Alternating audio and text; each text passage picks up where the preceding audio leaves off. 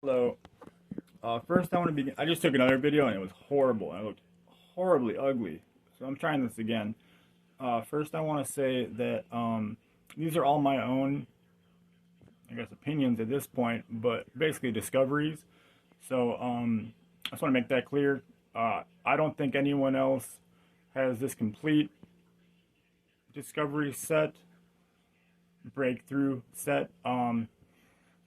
I don't think anyone will, just because of the indoctrination of science and medicine also. But I want to make that clear. I've been very afraid. Well, for a while, at early time, I've been working on this for about 10 years, and at first I was very afraid that someone else would figure all this out, and then it became clear that I'm actually kind of afraid that no one will figure this out. So, I have a book and I feel like I'm ready to publish. So I'm putting out this first video and I'm gonna redo some more video, or I'm gonna make some more videos in time. Okay, so to begin, um, the first breakthrough is with subatomics. So, um, basically, matter in subatomic form is as condensed as possible. So the gravity of the proton, neutron, and electron are as strong as possible for their size. Now, what this means is that those four forces of physics are actually just different mechanisms of gravity behaving because of the complexity of what occurs at these different scalings. So, for example, electromagnetism, I'll have to explain later, mostly in my book, if you want to have an explanation of magnets, because I actually do have this whole thing clearly nailed down. But the gravity of the nucleus is so strong that particles, photons, light particles, orbit around it and are stuck there, but are not part of its structure. So they're bound there because of its gravity. Now, this amount of those orbiting photons is its energy, and it's actually the heat. It's a carrying capacity of heat of the atom. Now, the amount of this energy will then dictate where the orbitals of the electron is. And in turn, the orbitals of the electron dictate what energy leaves the nucleus, and then what we can observe. So this is why the electron cloud is so mysterious, and we've never been able to see it directly, because it's literally being altered by the mechanisms of the subatomic particles themselves. Okay. Give me a moment. I have to remember the other parts. Let's see here. I'll just go to the next part.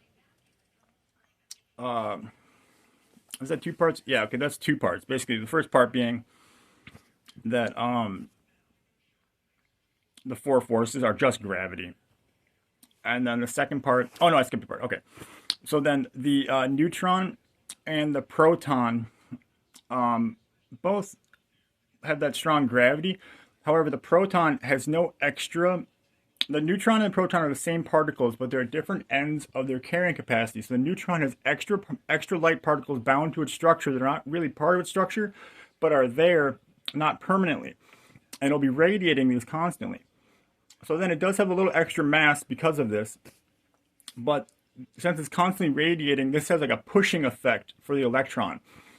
So like if it's producing more radiation, this will push away. So then if the electron comes in and it's a neutron by itself, this extra radiation coming off a neutron will then be accelerated by the incoming electron, pulling even more radiation, and then it won't be able to stably orbit by itself. Now the proton does not have this in the same way, and therefore an electron can orbit a proton by itself. However, this mechanism makes the proton basically like pulling in too strong on the electron, where the neutron is then pushing it away. And you have this dual mechanism that's needed for the entire periodic table to occur. And that's why every single atom, after basically the first isotope of hydrogen with only the one proton, they all have a neutron with it as well, because it's needed. I can't remember if helium has a isotope where it's just two protons as well. I don't believe so. I think it always has a neutron as well. Okay. I'd have to look through it. Periodic tables. I should really brush up before I do this. I'm also sorry if I'm mumbling. The third part is that let's see here. That's kind of a long thing, first of all, but the cosmic microwave background, the radiation coming in from outer space, is said to be the radiation from the Big Bang. Now, why would the radiation from the Big Bang still be coming in at all times all around us when we're large matter? So if at the Big Bang this radiation is going the speed of light and we're not going the speed of light, we start to slow down immediately because we're matter. We're starting to form into larger and larger bodies of matter. Why would it still be around us? And the reason is the universe is actually bound to itself because of its immense size and gravity of all the mass in this immense, greatness of space. So we don't actually notice these observations. When you're looking at the night sky, you think everything is a straight line to what you're seeing, no matter where it is or how far away it is. But it's actually a curved line. There's just no real way for us to know that, except it's given away when you're viewing an object that has a very large body of mass in between you and that object.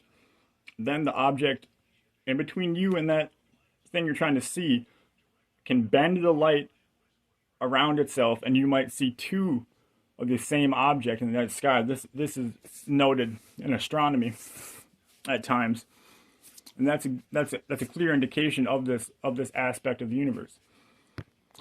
So basically, the cosmic microwave background is showing that nothing can actually escape the universe ever. No light particles whatsoever can escape the universe. Leading into the last point, which is the Big Bang itself, which is why would the Big Bang occur? Actually, I skipped a point again. Okay.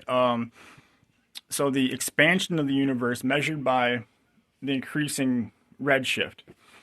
Now, this could be possible due to mechanisms with light traveling through the vastness of space might alter the wavelength. We don't really know that and have not yet decided if that has a part to play in the observation. However, the observations as they are can be explained by what I'm about to explain as follows, which is that we could possibly be only seeing our side of the universe. So then, if an object is closer to the center of the center of the universe will not be radiating, way too much mass and black holes there, so we won't be able to see anything from it because there's just black holes. There are multiple galaxies together. The mass is from billions of years ago that have already collided. Many of them. And then we will not be able to see the other side of the universe. We'll just be seeing our side of the universe, just like a slice of it, essentially. And then if an object is theoretically closer to the center of the universe than ourselves, it will, because of gravity getting weaker over distance, it'll be accelerating faster than we are towards the center. And if an object is further away from the center, we'll be accelerating faster than it. Constantly getting closer and just increasing that exponential increase in energy, right? So that is a clear explanation of how we can have an exponential increase in speed into what appears to be an empty region of space. Seems very, very clear to me that would explain the observations. Now the third part, maybe fourth or fifth part at this point, but the Big Bang. Why would the Big Bang actually occur? And this is because then after everything has come together, everything is moving towards the center ultimately, eventually over a long time. And then everything breaks down into just no longer atomic matter. It's all just photons. It keeps swirling and swirling until it finally comes together into one piece of matter. The whole universe is come together. So before this, all this matter was just photons. They were going the speed of light and could not escape the center of the universe's immense gravity because of their inertia only being a single photon by the speed of light. However, once the universe comes together as one solid piece, then the stable shapes, protons, neutrons, and electrons, can then remain stable but are now moving at the speed of light, at which point everything can finally escape. So that is the pieces of the puzzle I have. I can also magnetism isn't as spectacular, but I can also explain. Magnets seem to be very mysterious as well, but that's basically it. I have a book as well, so I'll make some more videos in time, and I'll also post probably a link just if you wanna read my book or possibly buy it. I'll have to get all that set in place, but thank you. My name is it's Eric Madden. Eric Madden. Just in case.